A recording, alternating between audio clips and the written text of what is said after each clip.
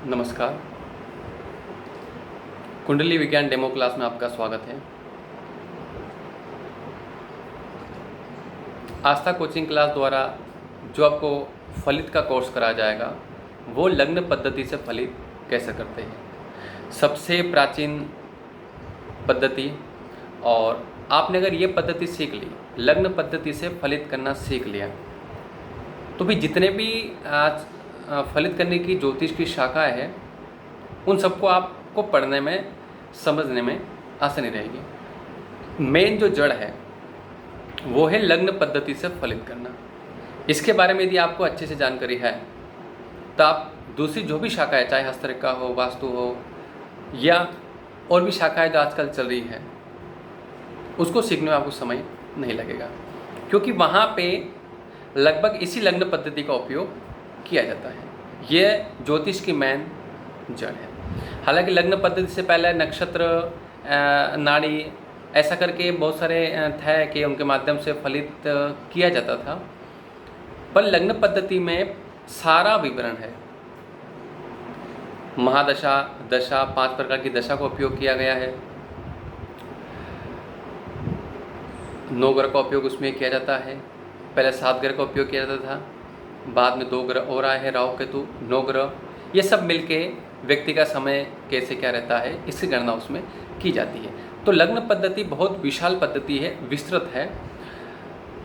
इसमें पढ़ने में, इसको सीखने में समय लगता है।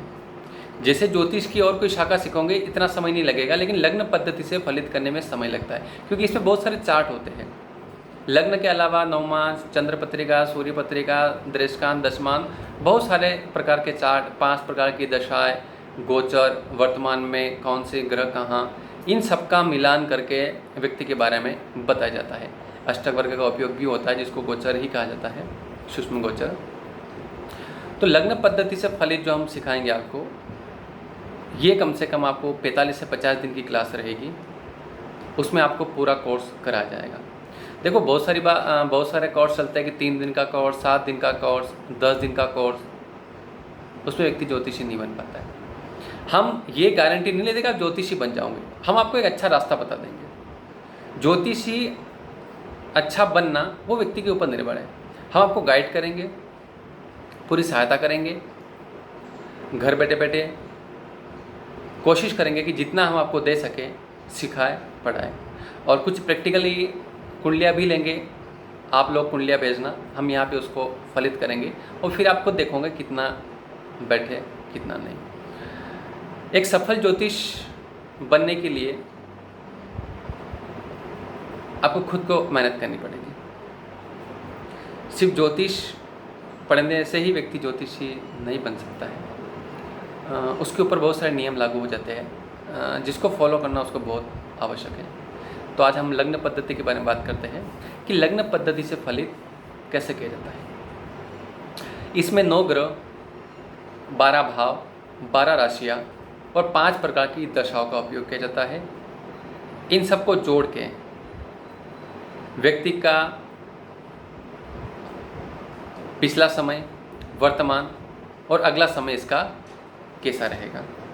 12 भाव में आपके जितने भी प्रश्न होते हैं, आपने कोई भी क्वेश्चन पूछा है, कोई प्रश्न किया है, जो कुंडली के लग्न पद्धति में जो लग्न कुंडली के जो 12 भाव होते हैं, उन 12 भाव में आपके समस्त प्रश्न छिपे होते हैं। आपने कोई प्रश्न किया है तो उसका संबंध किसी भाव से होगा और किसी ग्रह से ज़रूर होगा। बस दोनों की स्थिति देखनी है कि जो आपका प्रश्न जिस भाव से किया गया है, जिस घर से किया गया है, उस घर का मालिक कैसा है, और प्रश्न जिस ग्रह से संबंधित है उस ग्रह की स्थिति उस कुंडली में कैसी है। इन दोनों के सहयोग से हम उस प्रश्न का जवाब अच्छे से दे पाएंगे। दशाएं 5 प्रकार की होती है: महादशा, अंतर्दशा, प्रत्यय, सूक्ष्म, प्राण दशा।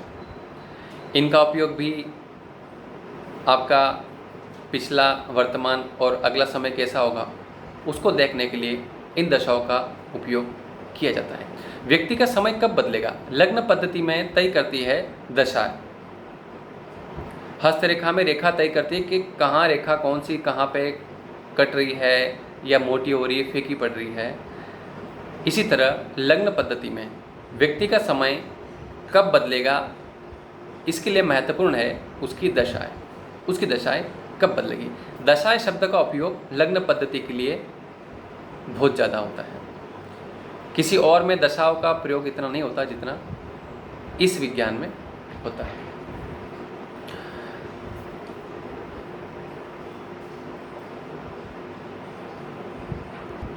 देखिए, लग्न पद्धति में क्या होता है कि जब किसी व्यक्ति का जन्म होता है तो उस समय आकाश मंडल में जो प्लैनेट, जो ग्रह जिस राशि में गोचर कर रहे होते हैं, उस व्यक्ति की कुंडली में वही ग्रह उस राशि में विराजमान हो जाता है।